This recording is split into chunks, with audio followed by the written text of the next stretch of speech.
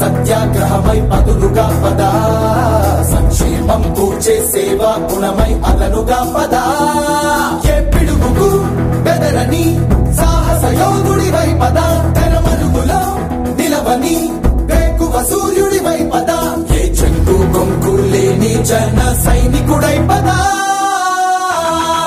పద పద పద ఎరుపుల పద ఆగగనం భువనం అది అరుపుల పద పద కోటి భక్తుల పిలుపుల పద ఈ సమయం గమనం మలిచే అరుపుల పద రాహు పట్టిన పట్టొక సెకండ్ అఖండమైన లోక బాంధవుడు అసలే లేకుండా పోతాడా?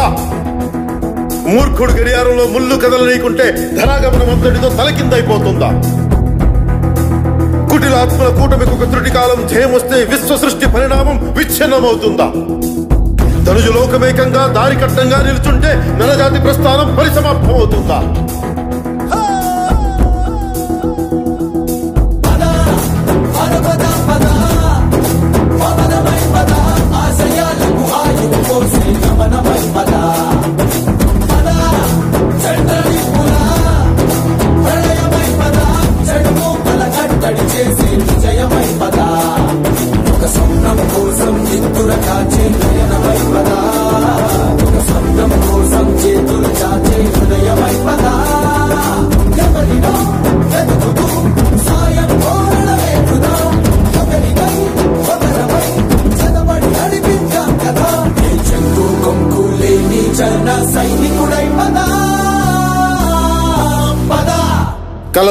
కలలు కను వర్తమానాన్ని ద్వేషించే వరకు కలలు కను, నీ కలలను తొక్కుతూ నడుస్తున్న కాళ్ళని ఖండించే వరకు కలలు కను కలలు కను కలలు కను.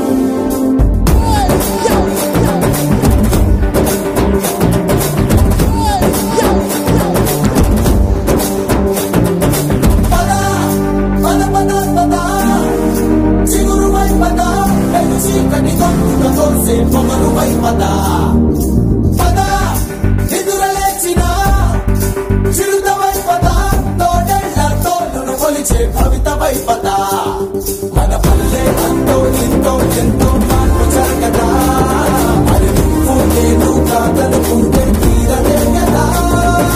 కనబడే యువశక్తిగా హెచ్చరికలు ప్రకటిద్దాం పద, తెగబడే అవినీతికి ముచ్చమటలు పట్టిద్దాం పద. చెక్కు కొంపు లేని జన సైనికుడై పద పద.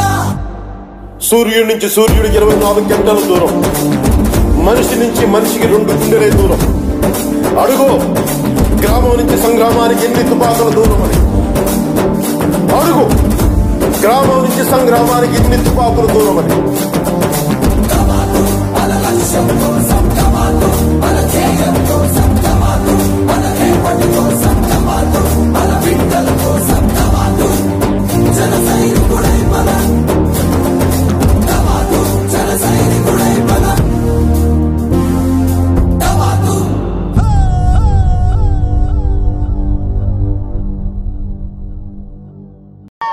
గౌరవనీయులు పెద్దలు, స్టేజీని అలంకరించిన మరి జనసేన పార్టీ పెద్దలను, అలాగే BSP party, CPI, CPM party అందరికీ కూడా హృదయపూర్వక కృతజ్ఞతలు చెప్పుకుంటూ మరి ఈ కార్యక్రమాన్ని ఎంతో గొప్పగా అరేంజ్ చేసిన ఈ అనిల్కి, ఇక్కడున్న జనసేన సైన్యం మొత్తానికి మరి తల వంచి ధన్యవాదాలు చెప్పుకుంటున్నాను. మనం ఈ పవిత్రమైన స్టేజీ మీద ఏదో ఒక పార్టీని విమర్శించడం కానీ లేకపోతే వాళ్ళ గురించి మాట్లాడుకోవడం వల్ల ఉపయోగం లేదు, నష్టం పోవడంతో ఉంది. కనుక మన పవన్ కళ్యాణ్ గారి ఆశయాలు ఏంటి, ఆయన ఆలోచన ఏంటి, ఆయన ఆలోచనని మనం ఎలా ముందుకెళ్ళాలి, మనం ఆ రకంగా తెలుసుకుని ఇక నుంచి ముందుకెళ్తే న్యాయమైన పాలన వస్తుంది. వచ్చేవాళ్ళు అందరూ కూడా న్యాయంగానే జిల్లా చెప్తారు. వచ్చిన తర్వాత అందరూ మామూలు అనుకుంటున్నారా? ఒక్క రూపాయి ఇవ్వకుండా సీట్ ఇచ్చారు నాకు, అదే చాలు మీకు.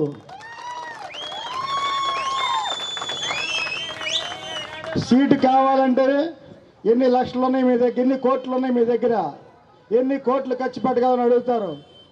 ఏమి ఉందని అడగల. నాకు మీకు ఎలా చేయగలరని అడిగినప్పుడు నేను ఒకటేనా, నా జీవితంలో నేను ఎప్పుడు వెనక్కి తిరగడం నాకు తెలియదని చెప్పా. ఒక్క మనిషి నా ఎదురుగుండా ఏ పనైనా చేస్తే వాళ్ళ వల్ల అయిన 10 పని నా వల్ల అవుద్ది అనుకుంటాను. అలాగే సాధించుకొచ్చాను. మా ఊరి నుంచి ఖాళీ చేతులతో వచ్చాను. ఈ రోజున 450 మందికి ఉద్యోగం ఇచ్చి నెలకు 35 లక్షల రూపాయలు శాలరీ ఇస్తున్నా. ఈ ప్రపంచంలో దేన్నైనా జయించాలంటే పేదరికాన్ని జయించగలిగితే ప్రపంచాన్ని జయించినట్టే. అది నా వల్ల అయింది. దాన్ని ఎలా సాధించామంటే 14 గంటల నుంచి 18 గంటలు కష్టపడటం వల్లే సాధ్యమైంది. మీరందరూ కూడా అలాగే జన సైన్యం అలాగే కష్టపడాలి. పార్టీ కోసం, కుటుంబం కోసం అందరం కష్టపడినప్పుడు అందరూ మన ఇష్టపడతారు. మనం బద్ధకస్తంగా ఉంటే ఎవరు మన ఇష్టపడరు. చిరంజీవి గారు ఒక కానిస్టేబుల్ కుమారుడు, పవన్ కళ్యాణ్ గారు ఒక కానిస్టేబుల్ కుమారుడు. ఈ రోజున ముఖ్యమంత్రి అవుతున్నాయంటే మనం నేర్చుకోవాలని చూసి ఎవరైనా సరే పవన్ గారి ఆలోచన నిజంగా కరుడు కట్టిన వ్యాపారస్తుడిని. పొద్దున్న లెగిస్తే వ్యాపారం, రాత్రి 12 దాకా వ్యాపారం. సినిమాలు మానేశాను, ఫంక్షన్లు మానేశాను. 35 సంవత్సరాల్లో ఒక్కరోజు సెలవు తీసుకోలేదు. అలాంటి నన్ను మార్చగలిగారంటే పవన్ గారు పవర్ అంటే మీకు తెలియాలి. కుటుంబాన్ని వదిలేశాం, వ్యాపారాన్ని వదిలేశాం. మొత్తం 400 మంది కుర్రోళ్ళ పనులు అప్పచెప్పుకున్నాం. ఇన్ని సంవత్సరాలు చేశాను, ఇక చాలు అని వదిలి దేశం కోసం కష్టపడాలని వచ్చేసాను అంతే. మా వెనక్కి తిరిగే పని లేదు. చాలామంది ఇలాగే చెప్తారండి, మీరు కూడా అలాగే చెప్తారు అనుకుంటారా? నా లైఫ్లో ఇప్పుడు వరకు బందర్లో పెద్దోళ్ళు ఎవరినైనా అడగండి, ఇచ్చిన మాట తప్పడం అనేది నాకు తెలియదు. నేను వేసుకున్న ఎచ్చాలు కొట్లు అడగండి, ఒక్క రూపాయి ఏ రోజున ఆపేనేమో మీరు అడిగి తెలుసుకోండి. నా దగ్గర పనిచేసే కుర్రోళ్ళని అడగండి, నా చరిత్ర మొత్తం వాళ్ళకి తెలుసు. వాళ్ళని ఒక మాట చెప్పండి, ఎప్పుడు అన్నయ్య మాట తప్పాడేమో. మీ ముందు చెప్తున్నాను, దేవుడు దీవించి గెలిస్తే ఒక్క రూపాయి కూడా ప్రభుత్వం కానీ కాంట్రాక్టుల దగ్గర కానీ ఉద్యోగాల ట్రాన్స్ఫర్లో కానీ ఏ రకంగా ముట్టుకోనని ప్రమాణం చేస్తున్నా.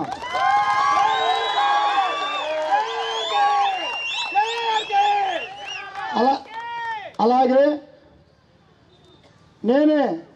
నాకే దేవుడు కొన్ని లక్షల ఆదాయం వచ్చేటట్టు చేశాడు.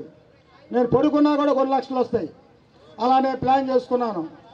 అయినా సరే సుఖపడాలనుకోవాలి. 55 ఏళ్ళు అయినా కూడా ఇవాళకి మీరు ఎవరైనా సరే నేను 18 గంటల మెలుగుగా ఉంటాను. నాతో మెలుగుగా ఉండేవాళ్ళు ఎవరు నా చేతులు పైకెత్తారు రేపటి నుంచి. 18 గంటల మెలుగుగా ఉంటాను. ఇవాళకి 40 సంవత్సరాలు బట్టి 18 గంటల మెలుగుగా ఉన్నా. కష్టపడ్డ ప్రతి ఓడు ఎవడైనా ఏదైనా సాధించగలడు. అది అందరి వల్ల అవుద్ది, అవ్వదని మీరు అనుకోవద్దు. పవన్ గారు పవర్ అంటే ఏంటో ఈ యూత్లో కనపడాలి. నేను ఎవడో చెప్తున్నా, మనందరికంటే మన ఈ రోజున ఇలా ఉన్నామంటే నన్ను పెంచి పోషించిన నా తల్లిదండ్రులు, నన్ను ఈ రోజు ఇలా ఉన్నానంటే నా తల్లిదండ్రులే. మిమ్మల్ని మీరు ఇలా ఉన్నారంటే దానికి తల్లిదండ్రులే. మన తల్లిదండ్రులను గౌరవించినప్పుడే మనకి గౌరవం. వాళ్ళ కళ్ళల్లో ఆనందం చూసినప్పుడే మనకు గౌరవం. మీరందరూ అన్నిటికంటే ముందు తల్లిదండ్రుల్ని లోబడాలి, తల్లిదండ్రులు ఇష్ట ప్రకారం బతకాలి, కష్టపడి చదువుకునేవాడు చదువుకోవాలి, కొంత టైము జనసేన పార్టీలో తిరగాలి, పని చేసేవాళ్ళు పని చేసుకోవటం చేయాలి. పనులు మాని ఎక్కడ ఉంటాకి లేదు. ఎందుకు చాలామంది యువత మన జేడీ లక్ష్మీనారాయణ గారు చెప్పారు, ఎంతోమంది మన దేశం 70% యువతతో నిండిపోతుంది. వాళ్ళకి కానీ పని కల్పించకపోతే దేశం ప్రమాదకరమైన పరిస్థితి వస్తే పని కల్పించి వాళ్ళని ఉపయోగించుకుంటే ప్రపంచ దేశంలోనే ఇండియా పెద్ద దేశం అయిపోతుందని చెప్పారు. ఇది నా మాట కాదు, జేడీ లక్ష్మీనారాయణ గారి మాట. నేను నాయకుడిగా అవ్వాలనే ఆలోచన కూడా లేదు నాకు. రిటైర్మెంట్ కూడా వ్యాపారం చేస్తా, పేదలకు సేవ చేయాలనుకున్నాను. జేడీ లక్ష్మీనారాయణ గారు ఒక మీటింగ్లో చెప్పారు, చెడ్డవాడు అక్రందన కన్నా మంచివాడు మౌనంగా ఉండటం ప్రమాదం అన్నారు. అంటే ఏంటనుకున్నాను, నేను మంచోడినే కానీ ఏం చేస్తున్నాను, మౌనంగా ఉంటున్నాను. ఎవరికి ఉపయోగం? మా కుటుంబానికి, నా వ్యాపారానికి వచ్చిన కస్టమర్లకి, నా వర్కర్స్కి ఉపయోగపడుతున్నా. కానీ దేశానికి నేనేం ఉపయోగపడాలి అప్పటి వరకు. నేను అప్పుడు అదే అరగంటలో నేను జేడీ లక్ష్మీనారాయణ గారికి ప్రతి నెల 50,000 పంపిస్తున్నా. అప్పటి వరకు 4 లక్షలు పంపించా. ఇక ఆర్సీఎం వృద్ధాశ్రమానికి ప్రతి నెల 25,000 పంపిస్తున్నా. ఎంత బాధపడుతున్నారంటే వాళ్ళు చూసి కళ్ళమ్మట నీళ్ళు వచ్చి ప్రతి నెల 25,000 పంపిస్తున్నా. ఆర్కే గుడ్ టైం దగ్గర పెద్ద ఫ్రిడ్జ్ పెట్టి రోజు 100 మంది భోజనం పెడుతున్నా. అక్కడతో నేను చేయగలిగేది అయిపోయింది అనుకున్నా. రాజకీయాల్లోకి రమ్మన్నారు, రాజకీయాలు కుళ్ళిపోయి నేను రానన్నాను. అలా కాదండి, జనసేన పార్టీలో ఆ పార్టీలన్నీ వేరు, జనసేన పార్టీలు వేరన్నారు. ఒక్కసారి విజయవాడ రమ్మన్నారు, వెళ్తే నిజమే అక్కడ వాతావరణం చూస్తే ఒక ఆయన 4,500 మందిని చదివిస్తున్నాడు, ఇంకో ఆయన 200 మందిని చదివిస్తున్నాడు. వాళ్ళు చెప్పిన మాట ఏంటంటే, మీరు అలా ఉండిపోతే ఆ 200 మంది పిల్లలను కానీ చదివిస్తామే 400 మందికి ఉపయోగపడితే సరిపోద్ది, కానీ ఇక్కడికి వస్తే కొన్ని లక్షల మందిని చదివించవచ్చు మీరు అన్నారు. నిజమే, ఒక్క పోర్టు ఓపెన్ చేయడానికి అన్ని కోట్లు ఖర్చు పెట్టారు. ఆ డబ్బు ఓపెనింగ్ అవసరమే, బందర్ డెవలప్మెంట్ ఉండాలంటే పోర్టు రావాలి. పోర్టు కనెక్షన్ అయినా అనేక ఫ్యాక్టరీలు, దాని ద్వారా ఉపాధి, దాని ద్వారా అందరికీ ఉద్యోగాలు, స్కూల్స్ అన్నీ డెవలప్ అవుతాయి, మంచిదే. ఓపెనింగ్కి 50 లక్షలు చాలవా? ఎన్ని కోట్లు ఖర్చు పెట్టారో వాళ్ళకైతే తెలియదు లెక్క. మరి అలాంటి పరిస్థితిలో ఆ డబ్బులు తీసుకెళ్ళి పేదలకు కానీ అక్కడ ఉన్న మత్స్యకారులకు కానీ కుటుంబానికి ₹1,00,000 ఇవ్వచ్చు. ఇలా అనవసరమైన డబ్బులన్నీ ఖర్చు పెడతాం. పేదలకి ఇల్లు లేక నేను వెళ్ళాను, మొత్తం క్యాంపెయినింగ్ చేస్తుంటే యాదర్లో కానీ కేపీటీపాలెంలో కానీ మరి పాలకాయ తిప్పలో కానీ ఇక్కడెక్కడ కూడా నీళ్లు లేవండి. నీళ్లు లేక 50 ఏళ్ల మట్టి పరిపాలిస్తున్న వీళ్ళందరూ కలిసి కాంగ్రెస్ పార్టీ, తెలుగుదేశం అందరూ కూడా ఏం చేస్తున్నారు? నీళ్లు ఇవ్వటం అన్నిటికంటే తేలికైన విషయం. అది కూడా ఇవ్వలేక వాళ్ళు మురికి నీళ్ళు చూపించారు నాకు. అంటే నేనైతే మాత్రం ఆ పొజిషన్లో ఉంటే అక్కడ పని ఎవరికి ఇంటికి రాను. ఎందుకంటే వాళ్ళ వెనకాల ఉండే ఆఫీసర్లు కూడా ఏమైపోయారంటే వీళ్ళు బద్దకస్తులు అయిపోయారు. దొంగలు ఊళ్ళు పంచుకున్నారు. కానీ ఒక్క నాయకుడు సరైనవాడైతే మొత్తం అందరు నీతిగా. నేను రూపాయి తీసుకున్నప్పుడు నా చేతి కింద రూపాయి తీసుకోరు, అందరూ పనిచేస్తారు. అందరితో పని చేయించుకున్నప్పుడు మనం బందర్ని సింగపూర్ అక్కర్లా మొత్తం అభివృద్ధి చెందిన దేశంలో మన దేశం కూడా చేయొచ్చు. మన ఆంధ్రాలో ఏ ఎమ్మెల్యే కష్టపడినని గంటలు నేను కష్టపడతా. నాకు మీటింగులు అలవాట్లేదు, అంత గొప్పగా మాట్లాడుతూ నాకు రాకపోవచ్చు, కానీ అందరికంటే బాగా కష్టపడగలను మాత్రం ప్రమాణం చేయగలను. మరి బండి రామకృష్ణ గారి నాయకత్వం, బండి రామకృష్ణ గారి నాయకత్వం, బండి రామకృష్ణ గారి నాయకత్వం. పవన్ రావాలి, పవన్ రావాలి. నాకు కార్మికులు కష్టం తెలుసు. ₹3 కూలికి వెళ్ళి 10 సంవత్సరాలు కష్టపడి ఆ డబ్బులతో వ్యాపారాన్ని ప్రారంభించాను. అంటే 10 సంవత్సరాలు కష్టపడితే 10,000 వచ్చినాయి అంటే ఎంత కష్టం తెలుసు మీరు అర్థం చేసుకోండి. ఒక పక్కన మా హోటల్లో టిఫిన్ చేస్తుంటే, కానీ టిఫిన్ తింటే టిఫిన్ అయిపోద్దని ఇంటికాడిని సద్దాన్ని తినేవాళ్ళం మేము. ఎందుకంటే డబ్బులు అయిపోతాయని. జేబులో డబ్బులు ఉన్నాయి, అట్టిపండు అక్కడ అమ్ముతున్నారు, వేడి చేసింది, అట్టిపండు కొనుక్కోవాలంటే డబ్బులు అయిపోతాయని జాగ్రత్తగా డబ్బులు దాచి ఆ డబ్బులతో వ్యాపారం చేసినాడు నేను. అంటే ఎంత పేదరికాన్ని అనుభవించామో చూడండి ఒకసారి. ఒకటే పేదరికాన్ని పారదోలగలిగామంటే కష్టం ద్వారా పారదోలగలిగామని తప్ప వేరే మార్గం లేదు. మీరందరూ కూడా జన సైనికులు ఒకటే కష్టపడాలి, బాగా ఎదుగుతాం.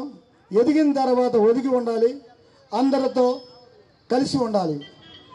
లేకపోతే జనసేన పార్టీ మనుషులతోనే కాకుండా ప్రతి ఒక్కరిని సమానం. ఓట్లు వేసేటప్పుడు అన్ని వర్గాల వాళ్ళు కావాలి. ఓట్లు వేసిన తర్వాత మా పార్టీ వాళ్ళే కావాలి, మా వాళ్ళకే కావాలి. ఇది మనస్తత్వం.